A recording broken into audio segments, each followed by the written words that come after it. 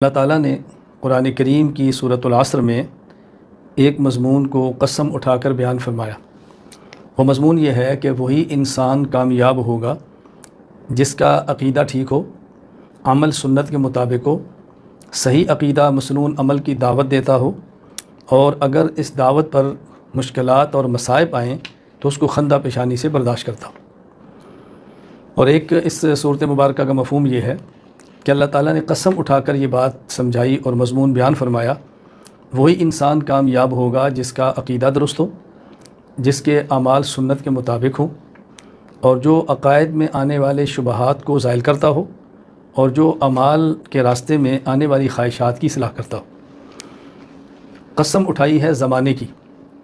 یہ ذہن نشین فرما لیں کہ کلام عرب میں قسم ہمیشہ تاکید کے لیے نہیں ہوتی بلکہ دعویٰ پر دلیل کے لیے بھی ہوتی ہے۔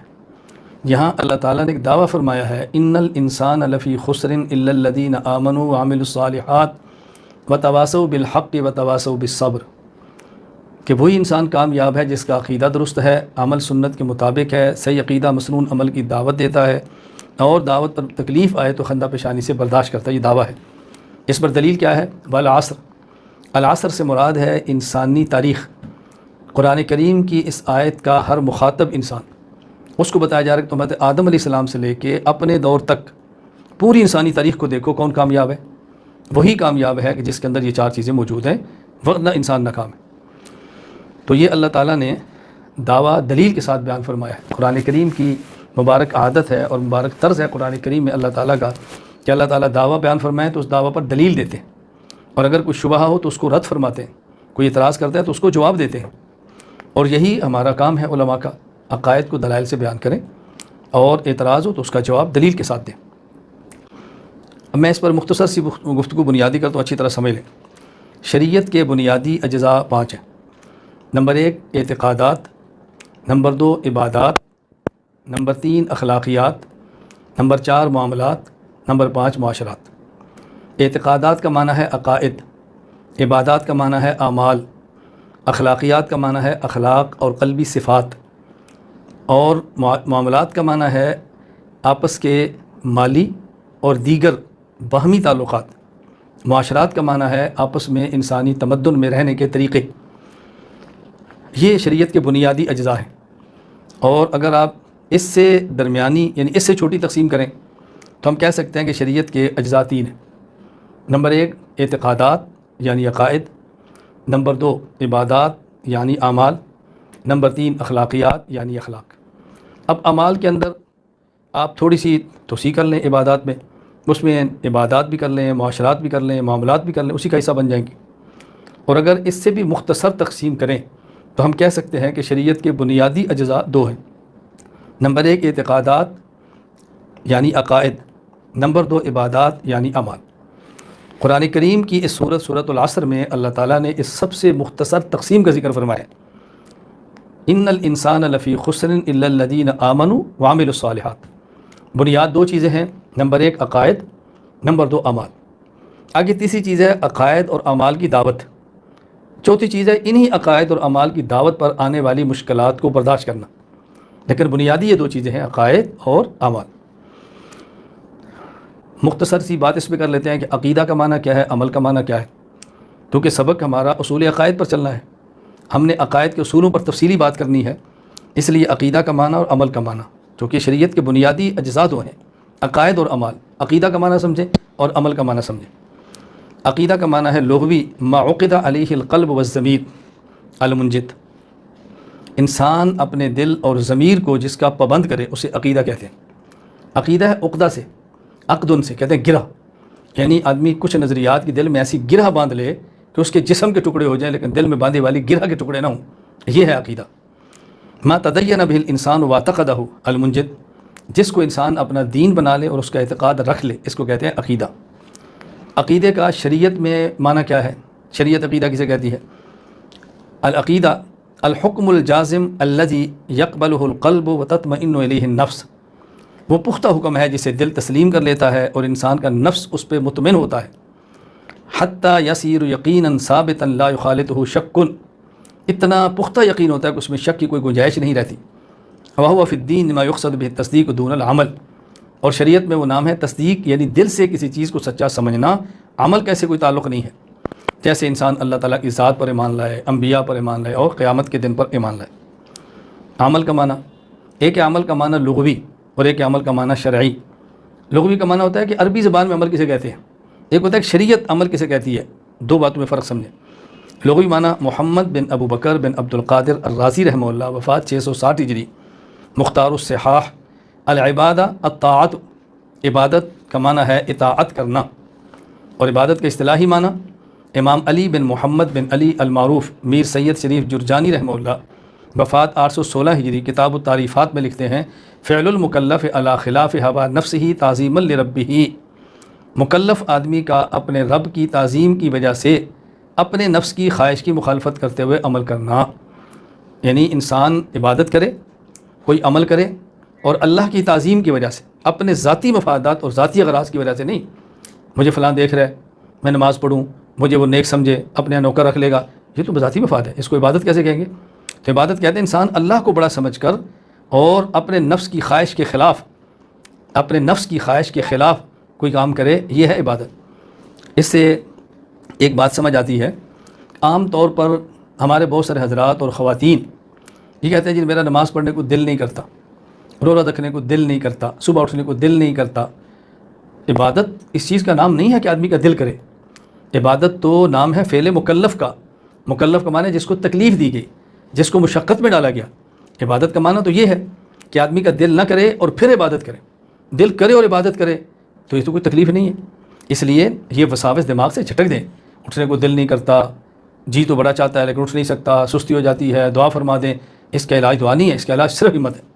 حکیم الامت مجدد الملت مولانا شریف علی تھانوی نور اللہ مرقدہ فرمایا کرتے کہ سستی کا علاج چستی ہے، سستی کا علاج چستی ہے اور کوئی علاج نہیں ہے۔ آپ نے چستی کرنی ہے تو عبادت کی توفیق ملے گی، سست آدمی عبادت نہیں کر سکتا۔ شریعت کے بنیادی اجزاء دو ہیں، عقیدہ اور عمل۔ عقیدہ اور عمل میں فرق سمجھیں۔ فرق نمبر 1، عقیدہ اصل ہے اور عمل فرع ہے۔ عقیدہ جڑ ہے، عمل شاخ ہے۔ تو جو فرق اصل اور فرع میں ہے وہی فرق عقیدہ اور عمل میں ہے۔ اس کی مثال سمجھیں، ایک ہے عدد 1 2 3 گنتی، اور ایک ہے صفر۔ عقیدہ ایسے ہے جیسے عدد ہے اور عمل ایسے ہے جیسے صفر ہے۔ عقیدہ جیسے عدد اور عمل جیسے صفر۔ عدد اور صفر میں کیا فرق ہے؟ یہ ذرا کچھ فرق سنیں۔ ایک فرق یہ ہے، عدد صفر کے بغیر ہو تب بھی اس کی قیمت ہے، صفریں عدد کے بغیر جتنی بھی ہوں ان کی کوئی قیمت نہیں ہے۔ اسی طرح عقیدہ عمل کے بغیر ہو تب بھی اس کی قیمت ہے، اور عمل سے ہی عقیدہ کے بغیر ہو تو اس کی کوئی قیمت نہیں ہے۔ اگر 1000 صفریں لکھ دیں کسی کھاتے میں نہیں، لیکن اگر آپ 1 صفر لکھیں اور لیکن عدد کے ساتھ لکھیں 10، اب دیکھیں صفر کی قیمت ہے۔ ایک کو ہٹا دیں 10 صفریں لکھ دیں، کوئی قیمت ہی نہیں۔ مومن ہو اور نیک نہ ہو، یعنی ایسا مومن جس کے نامہ اعمال میں ایک بھی نیکی نہیں ہے، اس کی بھی قیمت ہے۔ اور اگر کوئی ایسا کافر ہو کہ جس کے نامہ اعمال میں ایک بھی گناہ نہ ہو، اس کی پھر بھی کوئی قیمت نہیں۔ تو عمل کی قیمت بنتی ہے کب؟ جب عقیدہ موجود ہو۔ عمل کی قیمت نہیں بنتی جب تک عقیدہ موجود نہ ہو۔ اس لیے میں پوری امت کو بڑے درد کے ساتھ یہ بات کہہ رہا ہوں، پہلے محنت عقائد کی ہے پھر محنت اعمال کی ہے۔ پہلے محنت عقائد کی ہے پھر محنت اعمال کی ہے۔ پہلے محنت عقائد کی ہے پھر محنت اعمال کی ہے۔ عقیدہ درست ہوگا عمل قبول ہوگا، عقیدہ درست نہیں ہوگا تو عمل قطعاً قبول نہیں ہوگا۔ دوسرا فرق سمجھیں، صفر کے ساتھ عدد آئے تو صفر کی قیمت بن جاتی ہے، عدد کے ساتھ صفر آئے تو عدد کی قیمت بڑھ جاتی ہے۔ یعنی عدد کے آنے سے صفر کی قیمت بنتی ہے اور صفر کے آنے سے عدد کی قیمت بڑھتی ہے۔ توجہ سے بات سمجھ لیں، صفر عدد کے آنے سے صفر کی قیمت بنتی ہے۔ 3 صفریں موجود ہیں، ایک عدد آیا 1000 بن گئے۔ 2 صفریں موجود ہیں، ایک عدد آیا 100 بن گئے۔ 1 صفر موجود ہے، ایک عدد آیا 10 بن گئے۔ تو صفر موجود ہے، عدد آیا تو صفر کی قیمت بن گئی ہے، اور صفر کے آنے سے عدد کی قیمت بڑھ جاتی ہے۔ ایک موجود ہے، 1 صفر آئی 10 بن گئے، 2 صفریں آئیں 100 بن گئے، 3 صفریں آئیں تو 1000 بن گئے۔ تو دیکھیں عدد کے آنے سے صفر کی قیمت بنتی ہے اور صفر کے آنے سے عدد کی قیمت بڑھتی ہے۔ اسی طرح عقیدہ کے آنے سے عمل کی قیمت بنتی ہے اور عمل کے آنے سے عقیدہ کی قیمت بڑھتی ہے. یہ بات اچھی طرح ذہن نشین فرما لیں. کافر کے اعمال موجود ہیں لیکن ایمان نہیں ہے. وہ جو ہی کلمہ پڑھے گا تو اس کے اعمال بن جائیں گے, قیمت لگ جائے گی, قیمت لگ جائے گی فوراً. مومن ہے, نیک اعمال نہیں ہے, اس کی قیمت کم ہے. اعمال ہے, اس مومن کی قیمت بڑھ جائے گی. قیمت تو پہلے بھی تھی لیکن اعمال کے آنے سے قیمت بڑھی ہے. تیسرا فرق سمجھیں, صفر اپنے مقام پر ہو یعنی دائیں جانب ہو تو صفر کی قیمت ہوتی ہے, اور اگر اپنے مقام سے ہٹ کر بائیں جانب ہو جائے صفر کی قیمت نہیں ہے. اسی طرح عمل اپنے مقام پر ہو تو عمل کی قیمت ہے, مقام سے ہٹ جائے تو عمل کی کوئی قیمت نہیں ہے. اگر اب دیکھیں ایک ہے, ایک آپ دائیں جانب ایک صفر لکھیں 10, 2 لکھیں 100, 3 لکھیں 1000. یہ ایک ہے, آپ ایسے دائیں جانب صفر لکھیے ایک تو 10 بن گئے. اگر اسی صفر کو بائیں جانب لکھیں 1, 2, 3, 4 کوئی قیمت نہیں. تو صفر اپنے مقام پر دائیں جانب ہوگی تو قیمت بنے گی, مقام سے ہٹ جائے تو کوئی قیمت نہیں. اسی طرح عمل اپنے مقام پر ہو تو قیمت ہے, مقام سے ہٹ جائے تو قیمت نہیں ہے. فجر کی نماز کا وقت داخل ہو گیا, 2 رکعت پڑھے قیمت ہے, لیکن اگر سورج طلوع ہونا شروع ہو جائے اب 2 رکعت پڑھے اب قیمت نہیں ہے, 2 رکعت تو وہی ہے. تو جس طرح صفر اپنے مقام پر ہو تو قیمت ہوتی ہے, اسی طرح عمل اپنے مقام پر ہو تو قیمت ہوتی ہے, وگرنہ اس کی کوئی بھی قیمت نہیں ہوتی. اس کو اچھی طرح ذہن نشین فرما دیں. چوتھا فرق سمجھیں, صفر عدد کے دائیں جانب ہو اور ایک ہو تب بھی قیمت ہے, اور بائیں جانب ہوں اور کئی ہوں تب بھی قیمت نہیں ہے. اگر صفر عدد کے بائیں جانب ہو اور صفریں بڑھتی چلی جائیں تو ان صفروں کے بڑھنے سے نقصان تو ہوگا, فائدہ نہیں ہوگا. کیوں؟ کاغذ ضائع ہو رہا ہے, سیاہی ضائع ہو رہی ہے, وقت ضائع ہو رہا ہے, فائدہ کچھ بھی نہیں ہو رہا. اسی طرح عمل تھوڑا ہو لیکن اپنے مقام پر ہو اس کا فائدہ ہے. عمل مقام سے ہٹ جائے, اب جتنا عمل زیادہ کریں گے اتنا نقصان ہوگا.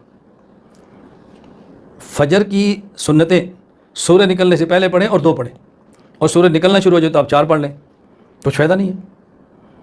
یہ بات اچھی طرح ذہن نشین فرما لیں. مقام سے ہٹ جائے گا عمل تو جتنا بڑھتا جائے گا اتنا نقصان ہوگا, اتنا نقصان ہوگا. فرق نمبر 2, عقیدہ اور عمل میں دوسرا فرق. عقیدہ کا محل دل ہے اور عمل کا محل بدن ہے. جو فرق بدن اور قلب اور دل میں ہے یہی فرق عقیدہ اور عمل کے اندر بھی ہے. عقیدہ کا محل دل ہے اور عمل کا محل جسم ہے. تو جو فرق دل اور جسم میں ہے وہی فرق عقیدہ اور عمل میں ہے. وہ فرق کیا ہے؟ پہلا فرق, اب اس کو اچھی طرح سمجھ لیں. جو چیز جتنی قیمتی ہوتی ہے اس کو رکھنے کا محل اتنا ہی محفوظ ہوتا ہے. جو چیز قیمت میں کم ہوتی ہے اس کا رکھنے کا محل بھی نسبتاً کم محفوظ ہوتا ہے. سونا اس کی دکانوں, کرنسی اس کی دکانوں پیسوں کی, تو آپ نے منی ایکسچینج دیکھے ہیں, وہاں لاک بھی ہوگا, گارڈ بھی ہوں گے, کیمرہ بھی ہوگا. اور اگر کپڑے کی دکان ہے, اچھے جوتوں کی دکان ہے, وہ قیمت میں کم ہے, دروازہ تو بند ہوگا, مٹی نہ ہو, غبار نہ ہو, لیکن اس کی حفاظت اتنی نہیں جتنی گولڈ, سونے اور چاندی اور ہیرو کی ہے. اس کے بعد آپ آلو, پیاز, ٹماٹر, سبزی دیکھ لیں, یہ قیمت میں اور کم ہے, تو ان کے رکھنے کی جگہ اور کم محفوظ ہے. اسی طرح عقیدہ چونکہ قیمت میں زیادہ ہے اس کے رکھنے کا محل زیادہ محفوظ ہے جو اندر ہے دل, اور عمل عقیدے کی نسبت محفوظ کم قیمت کا ہے, اس لیے اس کے رکھنے کا محل بھی ظاہر بدن ہے جو نسبتاً کم محفوظ ہے. دوسرا فرق سمجھیں, یہ دل اور جسم میں فرق کیا ہے. دوسرا فرق یہ ہے, اگر دل کے بعض اجزاء کٹ جائیں تو بندہ مر جاتا ہے, اور جسم کے بعض اجزاء کٹ جائیں تو بندہ زندہ رہتا ہے اگرچہ کمزور اور ناقص ہوتا ہے. اسی طرح اگر عقائد میں سے بعض عقائد کاٹ دیے جائیں تو انسان اگر اسلامی عقائد میں سے کوئی عقیدہ نکلا ہے تو کافر ہو جائے گا, اہل سنت کا عقیدہ چھوڑا تو وہ اہل بدعت ہو جائے گا.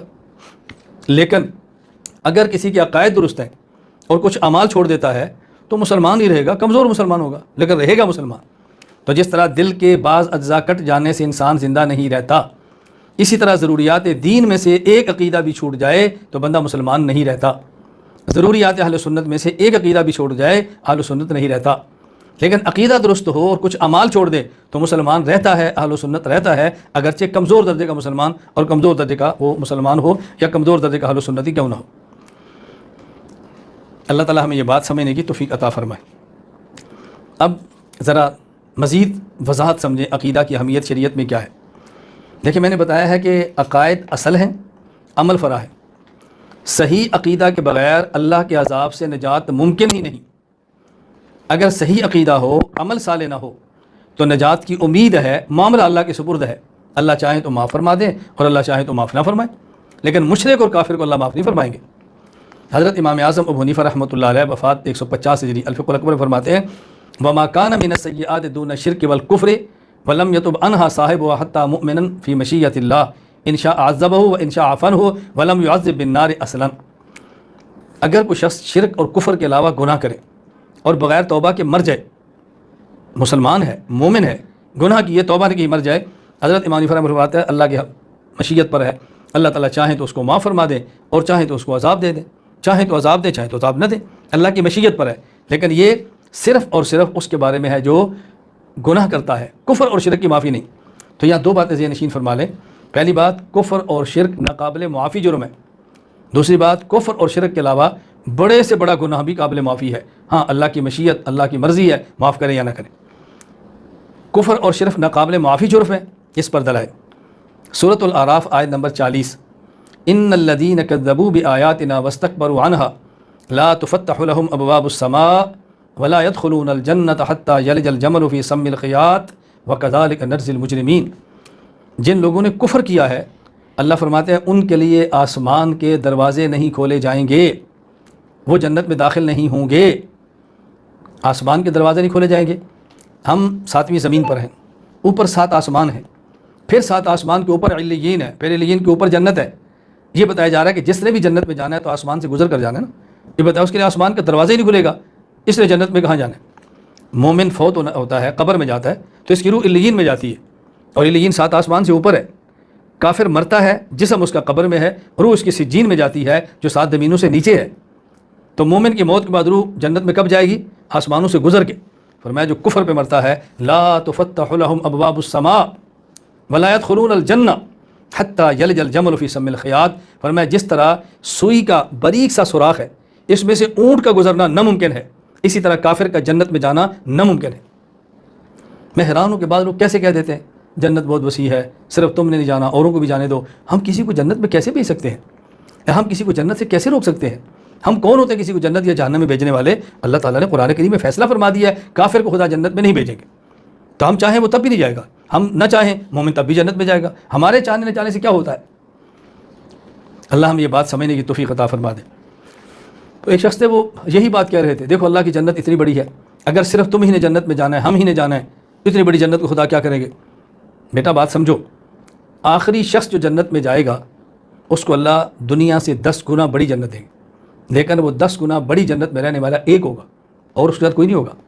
کوئی کہہ سکتا ہے یا اللہ اتنی بڑی جنت ہے، دنیا سے 10 گنا بڑا ایک ہے، اس میں 4-5 کافر بھی بھیج دو، نہیں ہو سکتا، ہمارے اختیار میں نہیں ہے۔ دلیل سورۃ القاف آیت نمبر 105 اولئک الذین کفروا بآیات ربہم ولقائہ فحبطت اعمالہم فلا نقیم لہم یوم القیامۃ وزنا۔ جو شخص کفر پہ جس شخص نے کفر کیا، اللہ سے ملاقات کا انکار کیا، جو کفر پہ مرا ہے، اللہ فرماتا ہے فحبطت اعمالہم، اگر اس کا کوئی نیک عمل ہے بھی نا تب بھی قبول نہیں ہوگا۔ فلا نقیم لہم یوم القیامۃ وزنا، قیامت کے دن کافر کا نیک عمل تولنے کے لیے اللہ ترازو ہی نہیں رکھیں گے، نیک عمل کا کچھ فائدہ نہیں، پکا جہنمی ہے۔ اسی طرح دلیل نمبر 3 حدیث ہے، مسند امام ابو عبداللہ احمد بن حنبل رحمہ اللہ وفات 241 ہجری، مسند احمد حدیث نمبر 3811۔ حضرت ابو وائل رضی اللہ عنہ فرماتے ہیں عبداللہ بن مسعود رضی اللہ عنہ فرمایا میں نے رسول اللہ صلی اللہ علیہ وسلم سے سنا، آپ نے فرمایا من جعل للہ ندن جعل اللہ لہ فی النار، جعلہ اللہ فی النار، جو شخص اللہ کے ساتھ شریک ٹھہراتا ہے اللہ اس کو جہنم میں ڈالے گا، یہ جہنمی ہے، خدا کے ساتھ کسی کو شریک ٹھہرانے والا۔ کفر و شرک کے علاوہ بڑے سے بڑا جرم ہو وہ قابل معافی جرم ہے، بڑے سے بڑا گناہ قابل معافی جرم ہے۔ دلیل سورۃ النساء آیت نمبر 48 ان اللہ لا یغفر ان یشرک بہ ویغفر ما دون ذلک لمن یشاء، اللہ تعالیٰ مشرک کو معاف نہیں کریں گے اور مشرک کے علاوہ جس کو چاہیں گے معاف کر دیں گے۔ سورۃ الزمر آیت نمبر 53 قل یا عبادی الذین اسرفوا علی انفسہم لا تقنطوا من رحمۃ اللہ ان اللہ یغفر الذنوب جمیعا انہ هو الغفور الرحیم۔ اپنے پیغمبر کے ذریعے اللہ نے اعلان فرمایا کہ میرے بندوں کو بتا دو بڑے سے بڑا بھی گناہ کیا ہے، اللہ کی رحمت سے نا امید مت ہو، اللہ گناہوں کو معاف فرما دیں گے۔ امام ابو عبداللہ محمد بن اسماعیل بخاری رحمہ اللہ وفات 256 ہجری، صحیح بخاری حدیث نمبر 5827۔ حضرت ابو ذر رضی اللہ عنہ فرماتے ہیں میں رسول اللہ صلی اللہ علیہ وسلم خدمت میں حاضر ہوا آپ آرام فرما رہے تھے، میں پھر آیا، آپ بیدار ہوئے تو آپ نے ارشاد فرمایا ما من عبد قال لا الہ الا اللہ ثم مات علی ذلک الا دخل الجنہ، جو شخص لا الہ الا اللہ کہتا ہے، اسی کلمے پر مر جاتا ہے، وہ جنت میں جائے گا۔ حضرت ابو ذر کہتے ہیں میں نے کہا یا رسول اللہ وان زنا وان سرق، اگرچہ وہ زنا کرے چوری کرے؟ فرمایا وان زنا وان سرق، اگرچہ زانی اور چور ہو۔ میں نے کہا وان زنا وان سرق، اگرچہ زانی اور چور ہو؟ فرمایا وان زنا وان سرق، اگرچہ زانی اور چور ہو۔ میں نے پھر عرض کیا وان زنا وان سرق، اگرچہ زانی اور چور ہو؟ فرمایا وان زنا وان سرق علی رغم ابی ذر، فرمایا ابو ذر تو ناک رگڑتا رہا وہ تب بھی جنت میں جائے گا۔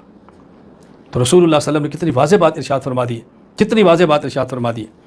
میں اس لیے گزارش کر رہا تھا کہ کفر اور شرک ناقابل معافی ہے اور اعمال قابل معافی جرم ہے، اللہ اپنے کرم سے معاف فرما دے۔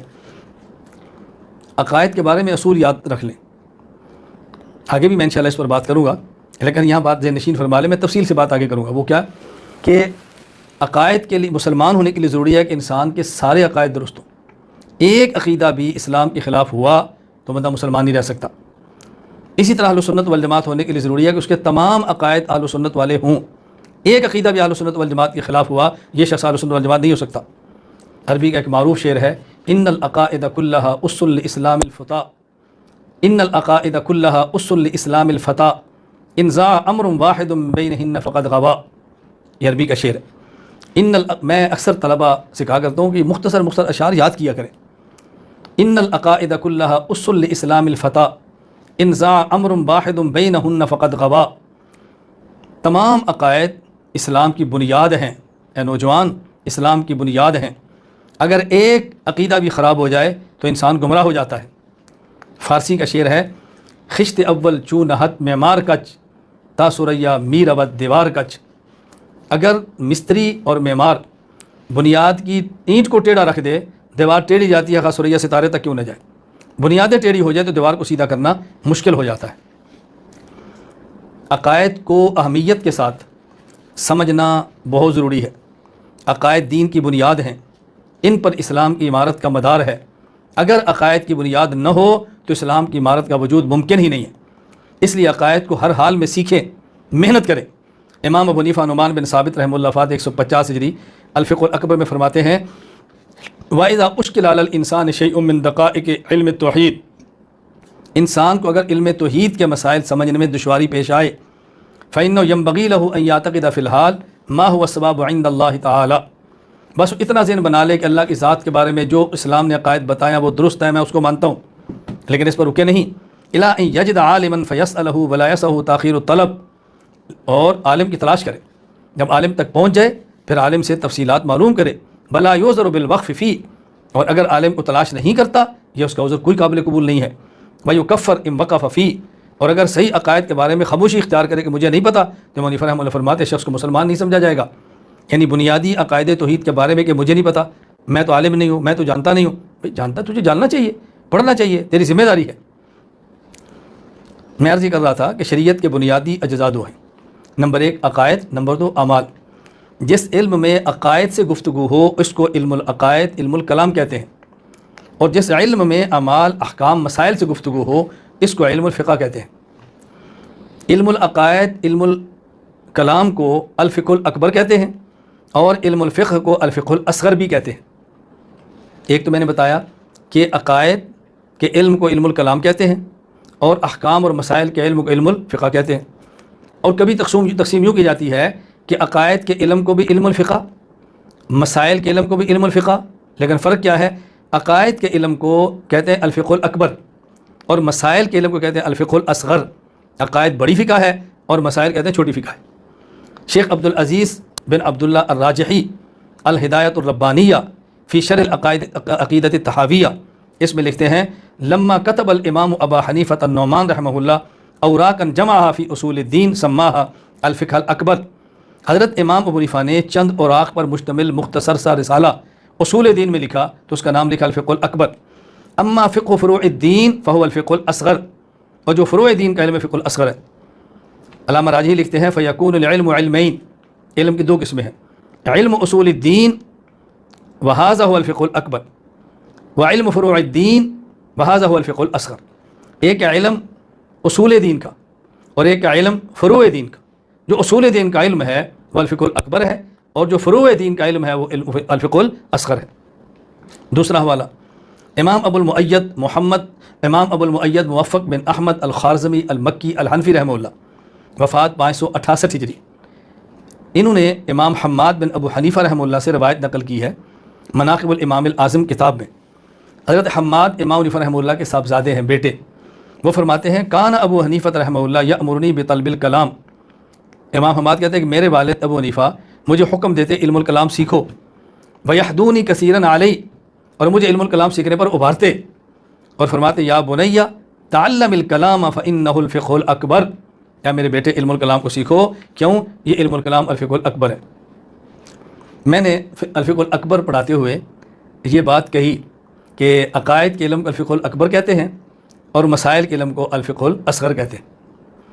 بعض لوگوں نے قسم اٹھا رکھی ہوتی ہے کہ ہم نے مخالفت ہی کرنی ہے، تو مجھے ایک عالم نے میرے اس سبق پر کسی کا تبصرہ نقل کیا کہ دیکھیں اس نے ایک اور چھوڑ دی ہے۔ کیا چھوڑ دی ہے؟ عقائد کو الفقہ الاکبر کہہ رہے اور مسائل کو ایک اور اس نے چھوڑ دیے۔ مطلب یہ تھا کہ اس کو آتا جاتا کچھ ہے نہیں اور عقیدے پر کام کر رہے۔ تو میں نے یہ حوالہ اس کو بھیج دیا، میں نے کہا یہ میں نے نہیں چھوڑی، جس امام کے مقلد ہیں اس امام نے فرمایا ہے اپنے بیٹے کو تعلم الکلام فإن الکلام فإن الفقہ الاکبر، الفقہ الاکبر عقائد کو امام ابو حنیفہ نے فرمایا ہے، میں نے نہیں کہا، میں تو اکابر کی باتیں نقل کرتا ہوں۔ میں نے ان کو حوالہ دے دیا، باقی میں نے کہا میں اس پہ بحث نہیں کرتا، انہیں جو فرمایا وہ ٹھیک فرمایا، ان کا اپنا مذہب ہے، میں نے آپ کی خدمت میں عرض کر دیا۔ میں نے آپ کو عرض کیا ہے کہ شریعت کے بنیادی اجزاء دو ہیں، عقائد اور مسائل۔ عقائد کو علم العقائد علم الکلام، اور مسائل کے علم کو علم الفقہ، یا کبھی عقائد کے علم کو الفقہ الاکبر اور مسائل کو الفقہ الاصغر۔ امام ابو حنیفہ رحمہ اللہ نے جو عقائد میں کتاب لکھی اس کتاب کا نام ہی رکھا ہے الفقہ الاکبر، چونکہ اس کا نام علم الکلام بھی ہے علم العقائد کا، اس لیے علم الکلام کا ضروری ہے کہ معنی کیا جائے اور علم الکلام کا مقصد بتایا جائے، غرض علم الکلام کا موضوع بتایا جائے، اور یہ بھی بتایا جائے کہ جب علم العقائد ہے تو اس کو علم الکلام کیوں کہتے ہیں، یہ کہنے کی وجہ کیا ہے۔ میں ساری باتیں آپ کی خدمت میں عرض کرتا ہوں۔ پہلے بات سمجھے کہ علم الکلام کی تعریف کیا ہے۔ علم الکلام کی ایک تعریف علامہ سعد الدین تفتازانی نے کی ہے، اور ایک علم الکلام کی تعریف ابن خلدون نے کی ہے۔ میں دونوں نقل کر کے پھر تجزیہ پیش کرتا ہوں۔ علم الکلام کی تعریف علامہ سعد الدین مسعود بن عمر بن عبداللہ تفتازانی رحمہ اللہ، وفات 792 ہجری، شرح المقاصد فی علم الکلام میں فرماتے ہیں هو العلم بالعقائد الدینیہ عن الادلۃ الیقینیہ، علم الکلام وہ علم ہے جس میں دلائل یقینیہ کے ذریعے اسلامی عقائد کا علم حاصل ہوتا ہے۔ اور مشہور مؤرخ فقیہ ابو زید عبد الرحمن بن محمد بن خلدون المعروف ابن خلدون رحمہ اللہ، وفات 808 ہجری، تاریخ ابن خلدون میں لکھتے ہیں هو علم يتضمن الحجج عن العقائد الایمانیہ بالادلۃ العقلیہ والرد علی المبتدعۃ المنحرفین فی الاعتقادات عن مذاہب السلف و اہل السنہ۔ علم الکلام وہ علم ہے جو ایسے دلائل پر مشتمل ہوتا ہے کہ ان عقلی دلائل کے ذریعے ایمانی عقائد کا دفاع کیا جاتا ہے اور اہل سنت اور اسلاف کے عقیدہ سے انحراف کرنے والے اہل بدعت کا دلائل سے رد کیا جاتا ہے۔ اب ایک تعریف سعد الدین تفتازانی صاحب نے کی ہے اور ایک تعریف ابن خلدون نے کی ہے۔ دونوں کی تعریف میں فرق یہ ہے کہ جو پہلی تعریف ہے وہ صرف عقائد قطعیہ پر صادق آتی ہے سعد الدین کی، اور جو دوسری ہے وہ عقائد قطعیہ ظنیہ، دونوں کو شامل ہے۔ آگے تفصیل سے بات آئے گی۔ عقائد کی دو قسمیں ہیں، عقائد قطعیہ، عقائد ظنیہ۔ عقائد قطعیہ وہ ہیں جن کی بنیاد پر اسلام اور کفر کا فیصلہ ہوتا ہے، عقائد ظنیہ وہ ہیں جن کی بنیاد پر اہل سنت اور اہل بدعت کا فیصلہ ہوتا ہے۔ تو پہلی تعریف صرف عقائد قطعیہ کو شامل ہے اور دوسری تعریف میں عقائد قطعیہ عقائد ظنیہ دونوں کو شامل ہے۔ علم الکلام کا موضوع، علم الکلام میں بحث کیسی ہوتی ہے۔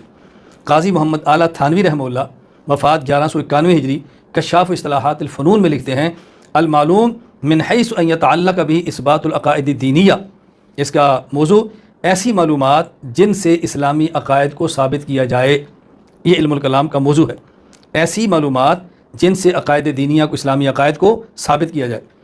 علم الکلام کی غرض، علم الکلام کیوں پڑھا جاتا ہے۔ عزد الدین عبد الرحمن بن احمد الایجی رحمہ اللہ، وفات 756 ہجری، کتاب المواقف المقصد الرابع، لکھتے ہیں ہوا حفظ قواعد الدین وہی عقائدہ عن ان تزلزلها شبہ المبتلین، اس کی غرض یہ ہے عقائد کے اصولوں کو محفوظ کر کے منکرین کے شبہات کو ختم کرنا، عقائد کے اصولوں کو محفوظ کر کے منکرین کے شبہات کو ختم کرنا، یہ علم الکلام کی غرض ہے۔ میں نے بتایا تھا کہ علم العقائد کہنا چاہیے۔ علم العقائد کو علم الکلام کیوں کہتے ہیں؟ اس کو علماء کی زبان میں کہتے ہیں وجہ تسمیہ۔ سما یسمی تسمیتاً کا معنی ہوتا ہے نام رکھنا، وجہ تسمیہ نام رکھنے کی وجہ، یعنی علم العقائد کا نام علم الکلام کیوں رکھا ہے، اس کی وجہ کیا ہے، اس کی مختلف وجہ بیان کی گئی ہیں۔ نمبر 1، علامہ سعد الدین مسعود بن عمر تفتازانی رحمہ اللہ فرماتے ہیں شرح العقائد النسویہ میں، لأن عنوان مباحثہ کان قولہم الکلام فی کذا و کذا، علم الکلام کو علم الکلام اس لیے کہتے ہیں کہ جب اس میں گفتگو ہوتی ہے تو متکلمین کہتے ہیں الکلام فی کذا، الکلام فی کذا، اس عقیدے میں یہ بات ہے، اس عقیدے پر یہ گفتگو ہے، اس عقیدے میں یوں بات کرنی ہے، تو لفظ الکلام استعمال کرتے ہیں، اس لیے اس کا نام علم الکلام رکھا ہے۔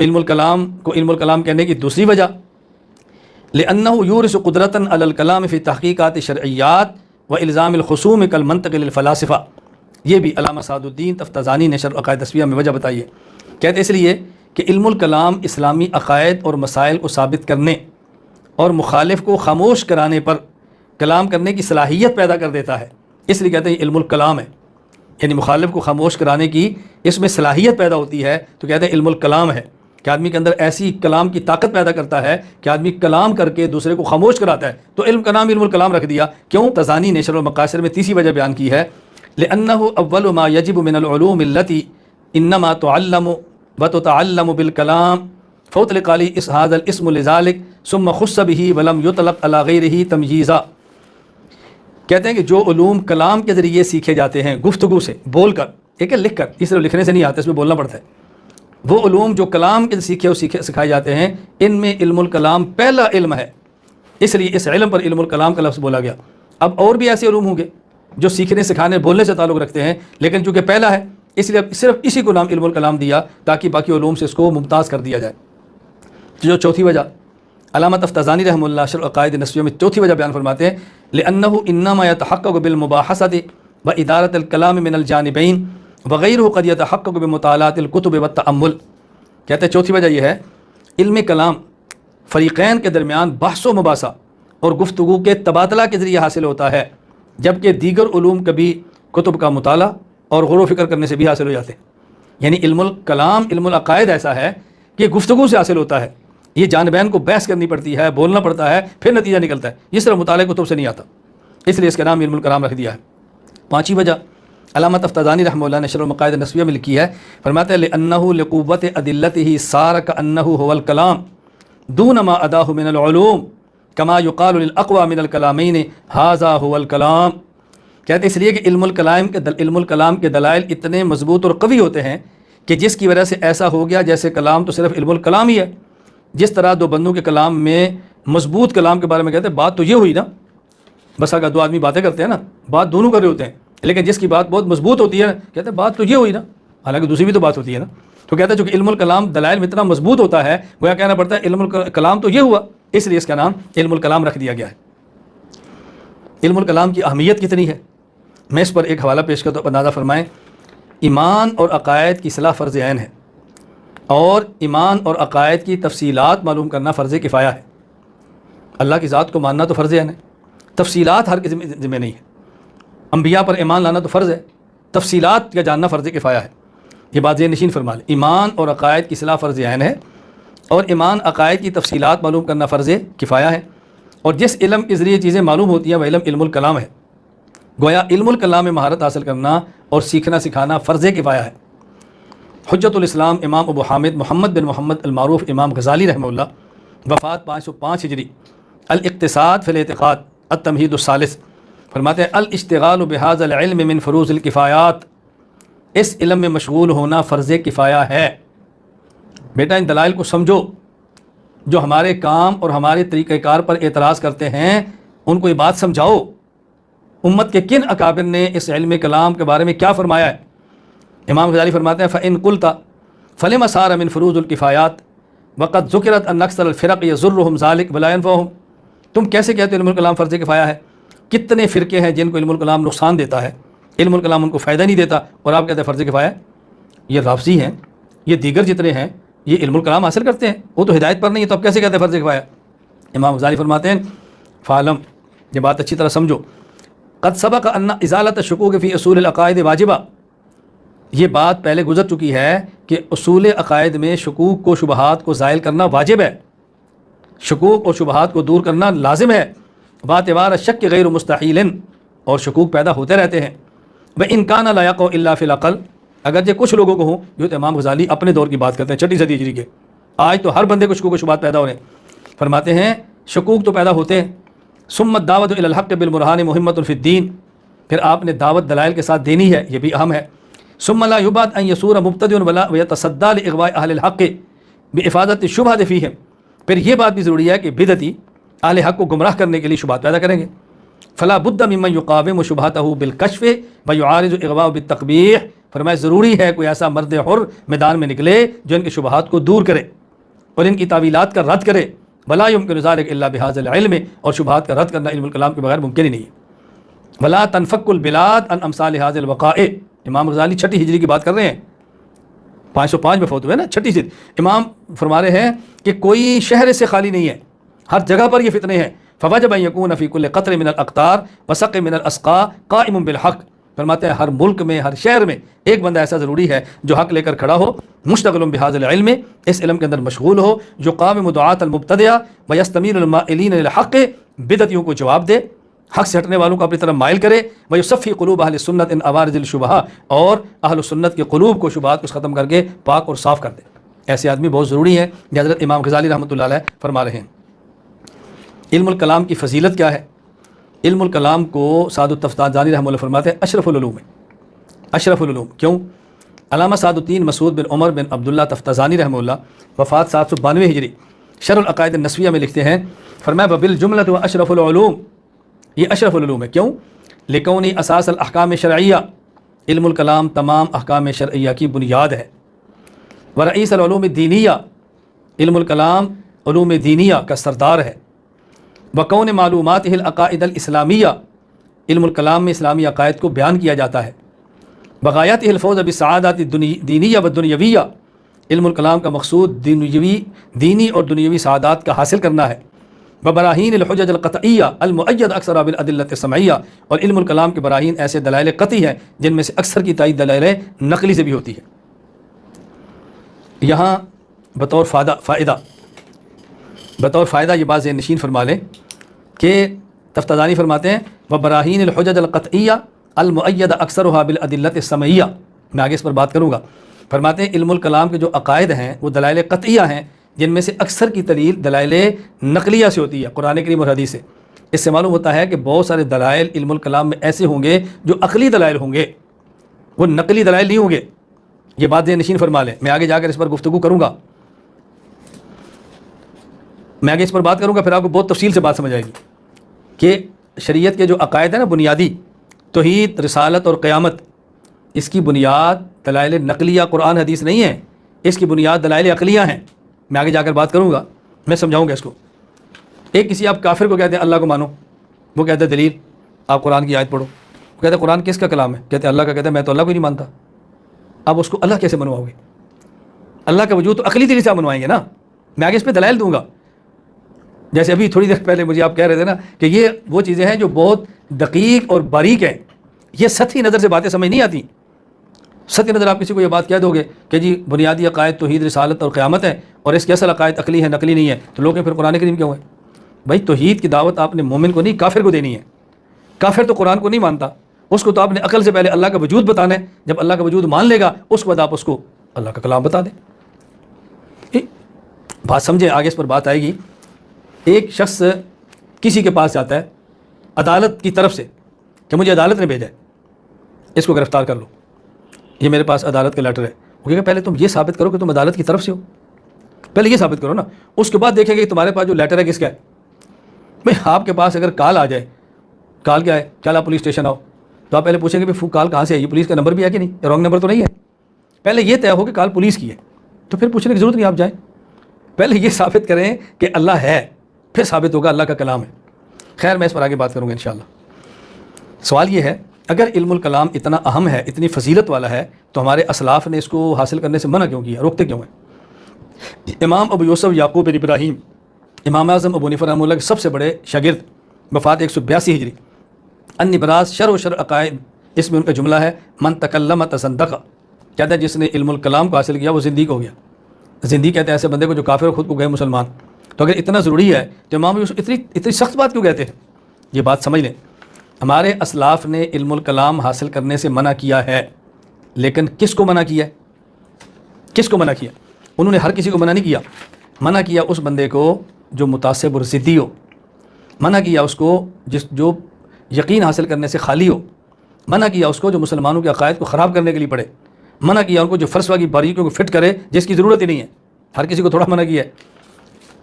یہ علامہ سعد الدین مسعود بن عمر بن عبداللہ تفتازانی رحمہ اللہ فات 792 ہجری شرح عقائد نسویہ میں لکھتے ہیں، وما نقل عن السلف من الطعن فی والمنع عنہ، یہ جو بات معروف ہے کہ لوگ کیا ہے ہمارے اسلاف نے منع کیا ہے، فرماتے ہیں انما هو للمتعصب فی الدین، یہ منع اس کو کیا جو دین میں متعصب اور ضدی ہو، والقاصر عن تحصیل الیقین، اور اس کو منع کیا ہے جو اس کلام کا علم پڑھنے کے باوجود بھی یقین حاصل نہ کر سکتا ہو، مغز ماری نہ کرے، اور اس کو منع کیا بالقاصد الی افساد عقائد المسلمین، جو مسلمانوں کے عقائد کو خراب کرنے کے لیے پڑے، اس کو منع کیا بالخائض فیما لا یفتقر الیہ من غوامض المتفلسفین، جو فلسفہ کی باریکیوں میں مصروف ہو جس کی کوئی ضرورت ہی نہیں ہے، اس کو منع کیا۔ وَإِلَّا فَكَيْفَ يَتَصَوَّرُ الْمَنْعُ أَمَّا هُوَ أَصْلُ الْوَاجِبَاتِ وَأَسَاسُ الْمَشْرُوعَاتِ، ورنہ کیسے ممکن ہے کہ ہمارے اسلاف ان چیزوں سے منع کریں؟ میں یہاں پہ بطور مزاح کی ایک بات کہتا ہوں، مجھے بسا اوقات بعض لوگ یہ بات کہتے ہیں ہمارے اکابر تو بحث سے منع کرتے ہیں، مناظروں سے منع کرتے ہیں، ان چیزوں سے روکتے ہیں۔ میں نے کہا بھی آپ کو روکتے ہوں گے، ہمیں تو نہیں روکتے۔ میں نے کہا آپ کو روکتے ہوں گے، ہمیں تو روکتے۔ مجھے آج تک مشرق و مغرب، شمال و جنوب میں اہل سنت والجماعت احناف دیوبند کے اکابر میں سے کسی بزرگ نے منع نہیں کیا، آپ کو منع کیا۔ ان کو پتہ ہے کہ آپ نالائق ہیں، فضا خراب کریں گے، کسی اور کو ٹھیک کرنے کے بجائے خود پھسل جائیں گے، اس لیے آپ کو منع کیا ہے۔ ہمارے بزرگ کہتے ہیں بھئی سانپ وہ پکڑے جو سانپ کا ڈنگ نکالنا جانتا ہو، ہر بندہ نہ پکڑے، تو جو ڈنگ نکالتا بھی پکڑے گا نا، تو اس لیے اکابر کی بات کو سمجھنے کی کوشش کیا کریں۔ حضرت امام ابو حنیفہ رحمہ اللہ کے بیٹے حضرت حماد، ان کا ایک واقعہ لکھا ہے مناقب الامام الاعظم ابو حنیفہ میں، امام ابو المؤید موفق بن احمد الخارزمی رحمہ اللہ فات 568 ہجری، وہ کہتے ہیں کہ خود امام حماد امام حنیفہ کے بیٹے فرماتے ہیں کہ اچانک ابو جی آئے، میں اور کچھ لوگ اور بھی تھے، اور ہم علم الکلام پہ بات کر رہے تھے، مناظرہ کر رہے تھے، ہماری آوازیں اونچی ہو گئی تو والد صاحب آئے، تو مجھے پوچھا یا حماد من عندک، یہ تمہارے ساتھ اور کون ہے؟ تو میں نے کہا جی فلان فلان فلان، جو میرے ساتھ، میں سب کے نام بتائے۔ فرمایا فی مان تم کیا کر رہے تھے؟ کہا جی فی باب قضا و قضا، ہم یہ بحثیں کر رہے تھے۔ فرمایا یا حماد دع الکلام، یہ علم الکلام کو چھوڑ دو۔ امام حماد کہتے ہیں مجھے تعجب ہوا، ولم آحد ابی صاحب تخلیط ولا ممن یأمر بشیء ثم ینہی عنہ، میرے والد ایسے نہیں کہ آج کچھ کہیں کل کچھ کہیں، وہ تو ایک بات پر پکے ہو جاتے ہیں، ابھی کل مجھے کہہ رہے ہیں کہ علم الکلام حاصل کرو، آج کہہ رہے ہیں کہ چھوڑ دو۔ تو مجھے بڑا تعجب ہوا کہ ابو نے کیسے بات کہہ دی۔ میں نے پوچھا یا ابت الست کنت تأمرنی، ابو جی آپ مجھے خود کہتے تھے علم الکلام پڑھو، میں نے ابھی حوالہ بھی دیا ہے، ابھی آپ مجھے کہہ رہے ہیں چھوڑ دو۔ فرمایا بلا یا بنی وانا اليوم انہاک عنہ، میں تجھے پہلے کہتا تھا اب روکتا ہوں۔ کیوں؟ بھلے مذاق ابو جی کیوں؟ فرمایا اس لیے کہ ان هؤلاء المختلفین فی ابواب من الکلام ممن ترى، یہ جو تم دیکھ تمہارے پاس بحثیں کر رہے ہیں نا، کانوا علی قول واحد و دین واحد، ان کی ایک ہی بات تھی اور ایک ہی دین تھا، حتی نزع الشیطان بینہم، شیطان ان کے درمیان پھوٹ ڈال دی ہے، فالقى بینہم العداوہ، اب ان کے درمیان عداوت ڈال دی، اختلاف ہو گیا ہے، فتباینوا، الگ لوگ ہو گئے، اس لیے کہ تو بیٹا چھوڑ دو مزید ٹکڑے ہو جائیں گے۔ تو یہ امام حنیفہ کن کو فرما رہے ہیں؟ یہ فرما رہے ہیں کہ جب ایک آدمی آپ کے درمیان ہے اور حق پر ہوتے ہوئے پھڈا ڈال کے الگ ہوا ہے تو اب چھوڑ دو اس کو، یہ بات نہیں مانے گا، یہ تو ساتھ رہنے والا تھا، اس نے مانی ہوتی تو الگ کیوں ہوتا؟ اس سے یہ بات جو ثابت ہو رہی ہے، امام صاحب یہ فرمانا نہیں چاہ رہے کہ آپ چھوڑ دو، بلکہ امام صاحب یہ فرمانا چاہ رہے ہیں کہ ہر کسی سے بحث نہ کرو۔ قرآن کریم ہے وَإِذَا خَاطَبَهُمُ الْجَاهِلُونَ قَالُوا سَلَامًا، بعض ضدی ہیں کہ بھائی اللہ حافظ، جان چھوڑاؤ۔ کیوں؟ بعض لوگ ایسے ہیں جو بات ماننے کے لیے بات پوچھتے ہیں، اور بعض بحث برائے بحث، ضد برائے ضد، اس کا آپ کیا علاج کریں گے؟ ضد کا تو کوئی علاج نہیں ہوتا، اس لیے انہوں نے فرمایا کہ چھوڑ دو۔ مجھے یاد ہے ایک مرتبہ ایک بہت بڑے عالم ہیں اور تبلیغی جماعت کے ہیں، زندہ ہیں، میرا بیان تھا، اس تشریف لائے، بیان ختم ہو گیا تو مسجد کے اندر ملاقات ہوئی، تو فرماتے ہم تو بیان کے لیے آئے، تو بیان آپ کا ختم ہو گیا۔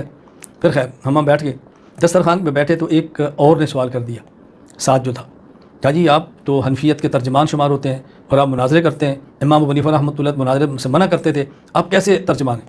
میں نے کہا میں نے کب مناظرہ کیا؟ میں تو نہیں کرتا۔ کہا جو آپ کے نام سے لکھا ہوتا ہے مناظر اسلام، میں نے کہا جو مرکز سے کتاب چھپی اس پہ لکھا ہوتا ہے، جو ہمارے مدرسے کا اشتہار اس پہ لکھا ہوتا ہے؟ کہا جی نہیں۔ تو میں نے کہا اگر کوئی لکھتا ہے تو اس کا تو میں جواب نہیں دے سکتا نا، تو آپ مناظرے نہیں کرتے؟ میں نے کہا میں آپ سے پوچھتا ہوں وہ بات کا مسئلہ کرتے کہ نہیں، پہلے آپ بتائیں کہ آپ کو اشکال کیا ہے؟ کہا جی امام حنیفہ رحمۃ اللہ اپنے بیٹے کو منع کیا تھا، آپ کیوں کرتے ہیں؟ میں نے کہا تو امام حنیفہ خود کرتے تھے؟ جی خود تو کرتے تھے۔ تو میں نے کہا میں حنیفہ کا مقلد ہوں نا، بھائی اگر غلط تھا تو خود کیوں کرتے تھے، اگر ٹھیک تھا تو بیٹے کو منع کیوں کیا تھا؟ تو مجھے کہتا ہے جو امام صاحب نے فرمایا تھا میں اللہ کے لیے کرتا ہوں، تم ذات کے لیے کرو گے تو نہ کرو. تو میں نے کہا میرے بارے میں آپ کا کیا خیال ہے؟ میں ذات کے لیے کرتا ہوں. نہیں میں نے کہا نہیں تو پھر آپ کیوں کہتے ہیں چھوڑ دیں؟ میں نے کہا مجھے بتائیں کہ بھائی اپنی ذات کے لیے تو تبلیغی جماعت میں جا کر گشت کرنا بھی جائز نہیں ہے، اس میں مناظرے کا کیا قصور ہے؟ اپنی ذات کے لیے اللہ کے راستے میں جا کر لڑتے ہوئے شہید ہونا بھی گناہ ہے، اپنی ذات کے لیے تو مدرسے میں پڑھانا بھی گناہ ہے، اپنی ذات کے لیے تو خان کا بیٹھ کے اللہ کرنا بھی گناہ ہے، اپنی ذات کے لیے تو اللہ کے راستے میں صدقہ کرنا بھی گناہ ہے، اپنی ذات کے لیے تو کتاب لکھنا بھی جرم ہے. ایک مناظرے کا کیا قصور ہے؟ بھائی اللہ کے لیے جو کام ہے وہ ٹھیک ہے، جو اپنی ذات کے لیے وہ غلط ہے، اس میں مناظرے کا کیا قصور ہے؟ اب اس کا کوئی جواب نہیں. اچھا جب میں سمجھاتا ہوں تو پھر کہتے ہیں آپ مناظرہ شروع کر دیتے ہیں. تو میں نے کہا پھر میں مان لیتا ہوں میں غلط کرتا ہوں، یہ کہہ دوں بھائی اس میں مناظرے والی کیا بات ہے؟ کوئی بات جب کوئی بندہ کرتا ہے تو اس کو بات سمجھانی تو ہوتی ہے نا. آپ یقین فرمائیں کئی جگہوں پر میرے ساتھ ایسے ہوا، میں کہیں جاتا ہوں تو لوگ کہتے ہیں جی آپ کے بارے میں کچھ لوگ ایسی باتیں کر رہے ہیں. میں نے کہا ان کچھ لوگوں کو میرے پاس لے آؤ یا ان کچھ لوگوں کے پاس مجھے لے جاؤ. کہا جی ہم نے ان سے کہا ہے کہ مولانا صاحب آئیں بات کرو. کہتا نہیں دلیل کے ساتھ اس سے بات کرنا مشکل ہے. تو کہا پھر اس کی بات مان لو. نہیں وہ تو مناظر آدمی ہے. مناظر آدمی ہے تو اس کو غلط کہو. تو جو بات تم نے اس کی کمر کے پیچھے کہنی ہے وہ اس کے سامنے کہہ دو. اگر سامنے نہیں کہنی کمر کے پیچھے کیوں کرتے ہو؟ اللہ ہم سب کی حفاظت فرمائے. خیر میں مختصر سی بات کر رہا تھا، اس کو سمجھیں. میں نے عرض کیا کہ شریعت کے بنیادی اجزاء دو ہیں، نمبر 1 عقائد اور نمبر 2 اعمال. جہاں عقائد پر گفتگو ہو علم الکلام ہے، جہاں مسائل پر گفتگو ہو علم الفقہ ہے. مشہور ائمہ علم الکلام نمبر 1 امام اعظم ابو حنیفہ نعمان بن ثابت رحمہ اللہ، پیدائش وفات 150 ہجری. حضرت امام ابو حنیفہ سن 80 ہجری میں پیدا ہوئے اور فقہ اسلامی کے مدون اول ہیں. حضرت جلال الدین عبد الرحمن بن ابو بکر السیوطی رحمہ اللہ جو کہ شافعی المذہب ہے، وفات 911 ہجری. تبجیز الصحیفہ جو امام حنیفہ کے مناقب پر کتاب لکھی ہے، لکھنے والا امام شافعی کا مقلد ہے اور مناقب ابو حنیفہ کے لکھتا ہے. اور کیا فرماتے ہیں؟ کہتے ہیں مم مناقب ابی حنیفہ التی انفرد بہا. ابو حنیفہ کے فضائل میں سے ایسی فضیلت جس میں ابو حنیفہ تنہا ہے، منفرد ہے اور یکتا ہے. انہ اول من دون علم شریعہ ورتبہ ابوابا. یہ پہلا وہ شخص ہے جس نے علم شریعت کو مدون کیا، تحریر کیا اور ابواب کے ساتھ ترتیب دیا ہے. ولم یسبق ابا حنیفہ احد. اس میں ابو حنیفہ سے پہلے کسی نے یہ کام نہیں کیا. امام مالک نے ان کی بات کی ہے. اچھا امام حنیفہ رحمۃ اللہ علیہ مدون اول اسلامی فقہ کے تو متکلم اول بھی ہیں. امام ابو منصور عبد القاہر بن طاہر التمیمی البغدادی رحمہ اللہ، وفات 429 ہجری. کتاب اصول الدین فرماتے ہیں واول متکلمیہم من الفقہاء و ارباب المذاہب ابو حنیفہ. ابو حنیفہ رحمۃ اللہ علیہ فقہاء اور ارباب مذاہب میں سے پہلا شخص ہے جو متکلم ہے، پہلا متکلم ہے. امام صاحب کتاب الفقہ الاکبر علم الکلام کی پہلی کتاب ہے. ابو محمد عبد القادر بن محمد ادریس بن محمد محمود العمری الحنفی السلہتی وہ لکھتے ہیں الدر الازہر فی شرح الفقہ الاکبر میں فلما کان علم التوحید اصل اصول الدین والکتاب الجلیل الذي صنفه الامام الاعظم رضی اللہ عنہ وسماه بالفقہ الاکبر اول تصنیف واشمل لمسائل التوحید والیقین. فرماتے ہیں علم التوحید اصول دین کی بنیاد ہے اور امام ابو حنیفہ رحمۃ اللہ علیہ الفقہ الاکبر کتاب لکھی ہے. یہ مسائل توحید میں سے یہ پہلی کتاب ہے الفقہ الاکبر جس کے اندر مسائل توحید اور یقین اس کے اندر لکھے گئے. الفقہ الاکبر علم الکلام کی پہلی کتاب ہے. میں بڑے درد کے ساتھ اور لجاجت کے ساتھ ارباب علم اور علماء کی خدمت میں گزارش کرتا ہوں، امام ابو حنیفہ متکلم اول ہیں. امام ابو حنیفہ کتاب الفقہ الاکبر عقائد میں اول کتاب ہے، لہٰذا اس کتاب کو پڑھو، اس کتاب کو سمجھو، اس کتاب کو اپنے مدارس کا حصہ ہم بنائیں. دنیا کو بتایا جائے کہ امام حنیفہ صرف فقیہ نہیں ہے، متکلم بھی ہے اور اس شخص نے علم الکلام کی سب سے پہلے کتاب لکھی ہے. کتنا بڑا اس شخص نے کام کیا ہے. آج توحید پہ کتاب لکھنے والا ابو حنیفہ ہے اور توحیدی کے لوانے والے ابو حنیفہ کے مخالف ہیں. تو سب سے بڑا توحیدی تو ابو حنیفہ ہے جس نے ابواب التوحید پر علم الکلام سب سے پہلی کتاب لکھی ہے. حضرت امام حنیفہ کی وفات 150 ہجری میں ہے اور بغداد میں ہے. آپ بغداد کے مقبرہ خیزران کے اندر آپ دفن ہوئے. میں بہت اجمالی ان کے حالات بیان کیے. امام حنیفہ رحمۃ اللہ علیہ کی کتب نمبر 1 کتاب الآثار بروایت امام زفر، کتاب الآثار بروایت امام ابو یوسف، کتاب الآثار بروایت امام محمد بن حسن، الفقہ الاکبر کتاب الآثار بروایت امام حسن بن زیاد، الفقہ الاکبر بروایت امام حماد، الفقہ الاکبر بروایت امام ابی مطیع البلخی، یہ الفقہ الابسط کے نام سے معروف ہے.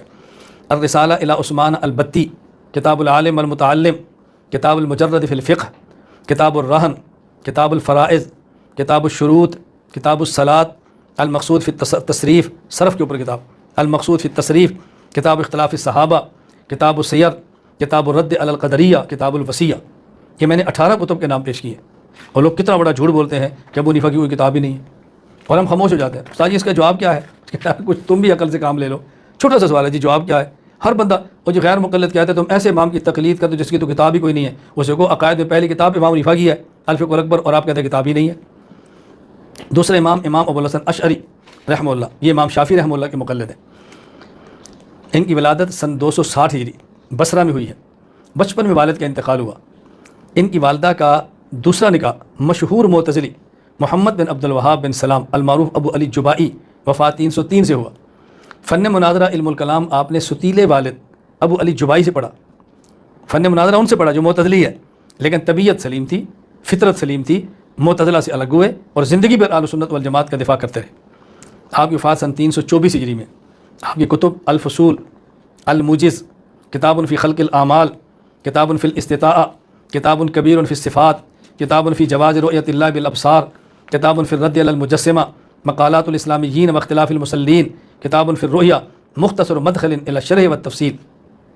نمبر 3 امام ابو منصور ماتوریدی الحنفی رحمہ اللہ. نام ابو منصور محمد بن محمود ماتوریدی. ولادت سن 238 ہجری. ماوراء النہر سمرقند کے گاؤں ماتورید میں پیدا ہوئے، اس لیے کہتے ہیں ماتوریدی. آپ نے ایسے علمی ماحول میں پرورش پائی جہاں امام حنیفہ رحمہ اللہ کے تلامذہ کی علمی سرگرمیاں عروج پر تھیں. انہی کی صحبت اور اعلیٰ سادہ کی برکت سے آپ نے علم و فضل میں کمال حاصل کیا. امام حنیفہ رحمہ اللہ کے عقائد سے متعلق تصانیف آپ تک سند متصل سے پہنچی، جن کی بنیاد پر آپ نے عقائد اہل سنت والجماعت کی نشر و اشاعت فرمائی. معتزلہ کے رد اور اہل سنت والجماعت کے افکار کی تائید میں راہ اعتدال اختیار فرمائی. وفات سن 333 ہجری. تالیفات تعویلات اہل سنت والجماعہ، یہ تفسیر ہے. تعویلات اہل سنت والجماعہ تفسیر ہے.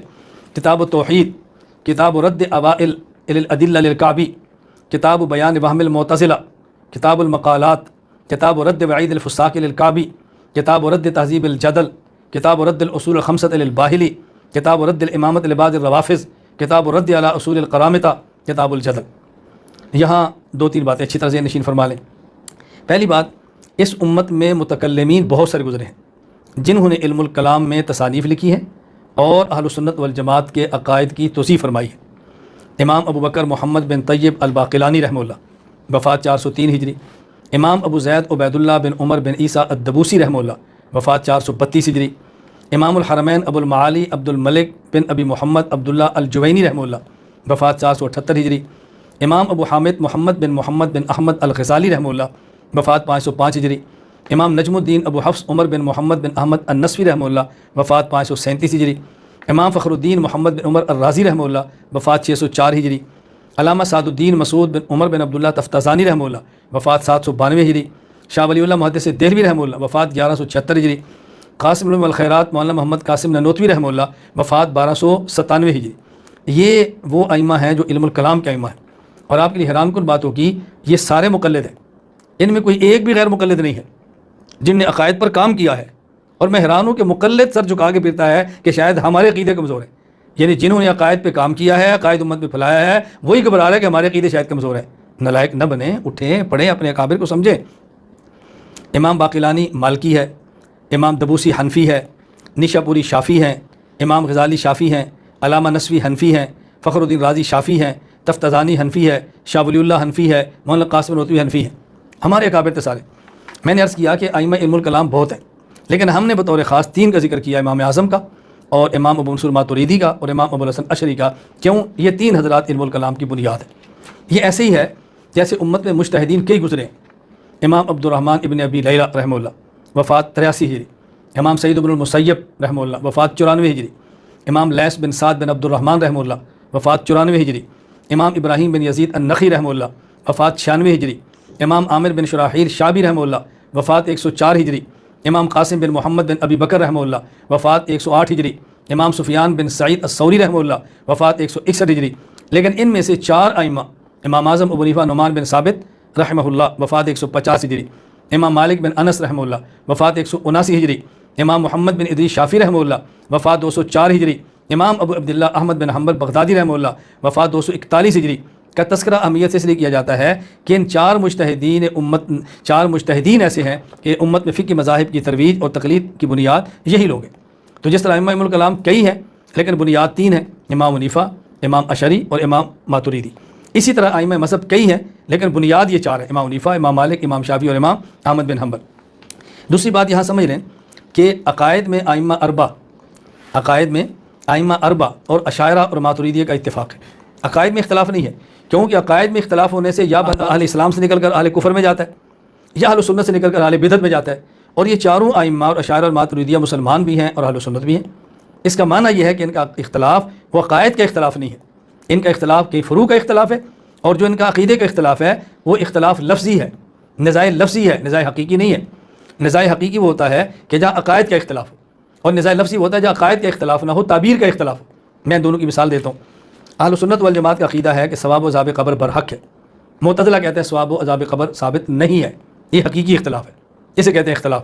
اور ایک اختلاف ہے نزاع لفظی، تعبیر کا اختلاف، وہ کیا ہے؟ ثواب و عذاب قبر اہل سنت والجماعت متکلمین اور صوفیاء کیا برحق ہے، اور دونوں اس بات کو تسلیم کرتے ہیں کہ قبر میں ثواب و عذاب قبر ہوتا ہے روح کو اصلاً اصالتاً ذاتاً بلا واسطہ، اور جسم کو اس کے واسطے سے ہوتا ہے، ضمناً فرعاً بالطبع ہوتا ہے۔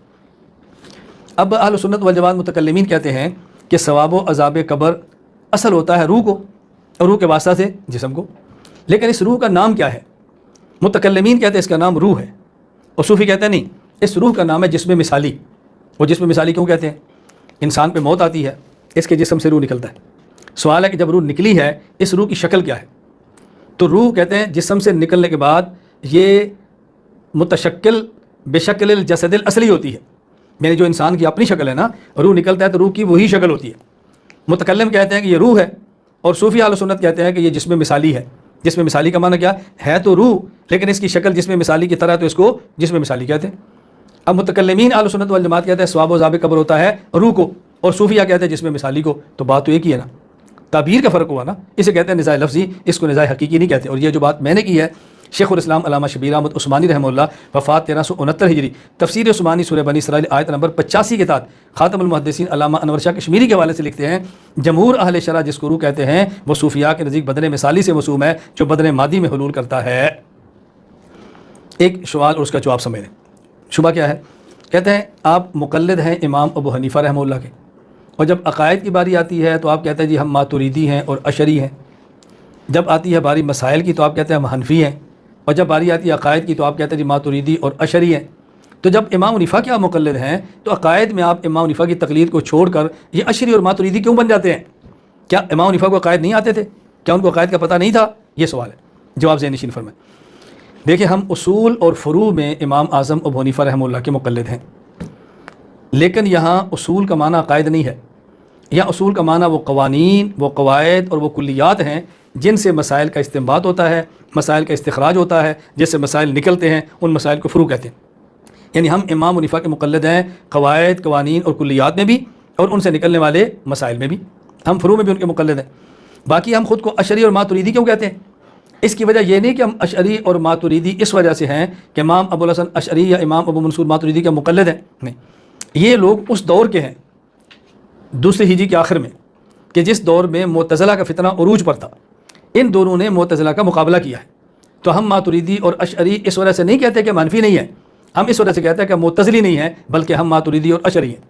تو ہمارا جو اشعری اور ماتریدی کی طرف ہماری نسبت ہے یہ حنفیت کے مقابلے میں نہیں ہے، بلکہ یہ مقابلے میں ہے معتزلہ کے۔ اچھی طرح بات سمجھ لیں تاکہ الجھن نہ رہے۔ یہ میں سمجھانے کی مثال دیتا ہوں کہ جس طرح ہندوستان پاکستان میں ایک طبقہ خود کہتے ہیں دیوبندی، ایک خود کو کہتا ہے بریلوی، اچھا دونوں نسبت اپنی حنفی کی طرف کرتے ہیں، امام حنیفہ کی طرف۔ بھائی جب آپ مقلد امام حنیفہ کے ہیں تو پھر آپ خود کو بریلوی کیوں کہتے ہیں؟ جب آپ مقلد امام حنیفہ کے ہیں تو آپ خود کو دیوبندی کیوں کہتے ہیں؟ وہ کہتے ہیں دونوں کیا مقلد امام ابو حنیفہ کے ہیں، لیکن امام ابو حنیفہ کے ہندوستان میں مسائل کی ایک تشریح امام احمد رضا خان کہہ رہے ہیں، اور ایک تشریح حضرت مولانا قاسم نانوتوی رحمہ اللہ فرما رہے ہیں۔ جنہوں نے اس تشریح کو مانا ہے ان نے کہا جی ہم تو بریلوی ہیں، جن نے ان تشریحات کو مانا ہے ان نے کہا جی ہم دیوبندی ہیں۔ ہم کہتے ہیں کہ ان کی تشریحات غلط ہیں، وہ حق پہ نہیں ہیں، وہ کہتے ہیں جی ان کی تشریحات غلط ہے، یہ حق پہ نہیں ہے۔ تو جب اسلام کے عقائد کی ایک تشریح کی ہے معتزلہ نے اور ایک کر رہے تھے ماتریدی، تو ہم نے کہا معتزلہ باطل ہیں، وہ غلط ہیں، اور اشعری ماتریدی ٹھیک ہے، ہم ان کے ساتھ کھڑے۔ تو یہ مقابلہ امام حنیفہ کے ساتھ نہیں ہے بلکہ معتزلہ کے ساتھ ہے۔ اچھا دوسری بات یہ سمجھ لیں کہ ہر امام کئی فنون میں ماہر ہوتا ہے، لیکن ایک فن کو اپنی محنت کا میدان بنا لیتا ہے۔ مثلا علامہ محمود علوسی رحمہ اللہ وفات 1270 ہجری، یہ کئی علوم کے ماہر ہیں، لیکن انہوں نے فن تفسیر کو اپنا میدان بنایا۔ حضرت امام محمد بن اسماعیل بخاری رحمہ اللہ وفات 256 ہجری، یہ کئی فنون کے ماہر ہیں، لیکن انہوں نے حدیث پاک کو اپنا محنت کا میدان بنا لیا۔ ایسے ہی عقائد کے اندر کئی علماء اور ہیں جو کئی فنون میں ماہر ہیں اور انہوں نے عقائد کو اپنا میدان بنایا۔ ان میں امام ابو الحسن اشعری اور ابو منصور ماتریدی بھی ہیں جنہوں نے عقائد کو اپنا میدان بنایا ہے۔ تو ہم عقائد میں مختلف علماء نے اپنا میدان بنایا، مختلف علماء نے عقائد کو میدان بنایا، ہم ان میں سے ان دو کو لیتے ہیں، بھئی ہم ان کی عقیدے کی تعبیرات کو ترجیح دیتے ہیں، جس کا تعلق حنفیت کے مقابلے کے ساتھ ہرگز نہیں، جس کو اچھی طرح ذہن نشین فرما لیں۔ میں بطور فائدہ کیا عرض کرتا ہوں کہ اصول کے کئی معنی ہیں۔ ایک اصول کا معنی ہے قواعد کلیات، جن سے فقہی مسائل کا استنباط اور استخراج ہوتا ہے، فقہی مسائل نکالے جاتے ہیں جن کی بنیاد پر۔ نمبر دو، اصول کا ایک معنی ہوتا ہے عقائد، اس کے مقابلے میں آتے ہیں اعمال، مسائل، یعنی یہ اصول ہیں یعنی عقائد ہیں، یہ مسائل نہیں۔ نمبر تین، کبھی لفظ اصول مطلقاً قوانین کے بارے میں بولا جاتا ہے، یہ صرف کے اصول ہیں، یہ نحو کے اصول ہیں، یہ فقہ کے اصول ہیں۔ اس کا معنی کیا ہوتا ہے؟ یہ صرف کے عقائد ہیں، یہ نحو کے عقائد ہیں، یہ فلاح کے عقائد ہیں۔ میں نے درمیان میں بات کی ہے کہ ماتریدی اور اشعری حنفیت کے مقابلے میں نہیں بلکہ معتزلہ کے مقابلے میں۔ اس پر میں مختصر سی بات عرض کر دیتا ہوں کہ فرقہ معتزلہ کی بنیاد کیا ہے اور یہ فرقہ معتزلہ کب پیدا ہوا ہے۔ امام حسن بصری رحمہ اللہ وفات 110 ہجری، سبق پڑھا رہے تھے، ان کی درسگاہ میں ایک طالب علم تھا ابو حذیفہ واصل بن عطا غزال، اس کی وفات 131 ہجری کی۔ اس نے امام حسن بصری رحمہ اللہ کی درسگاہ میں موقف اختیار کیا کہ مرتکب کبیرہ ایمان سے نکل جاتا ہے، کفر میں داخل نہیں ہوتا۔ اسے کہتے ہیں منزلۃ بین المنزلتین، یہ کہتا ہے کہ جو کبیرہ گناہ کرتا ہے وہ مومن بھی نہیں رہتا اور کافر بھی نہیں ہوتا، نہ مومن ہے نہ کافر ہے۔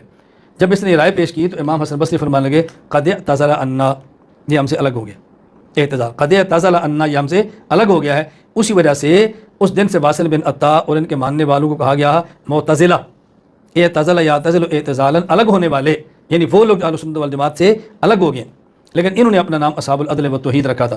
امام سعد الدین مسعود بن عمر بن عبداللہ تفتزانی رحمہ اللہ وفات 792 ہجری شرح العقائد میں لکھتے ہیں لأن رئیسہم واصل بن عطا، اس لیے کہ ان کے رئیس جو ہیں واصل بن عطا ہیں، ان کے بڑے، وہ اعتزل مجلس الحسن البصری، حسن البصری رحمہ اللہ کے مجلس سے الگ ہو گئے، ویقرر، اور انہوں نے یہ مسئلہ بیان کیا ان من ارتکب الکبیرۃ لیس بمؤمن ولا کافر، مرتکب کبیرہ نہ مومن ہوتا ہے نہ کافر ہوتا ہے۔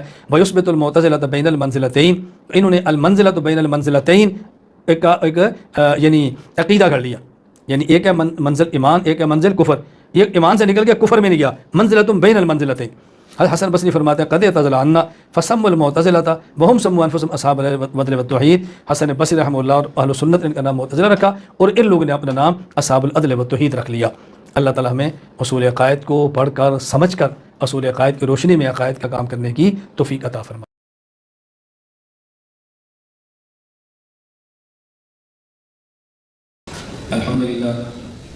الحمدللہ وحدہ لا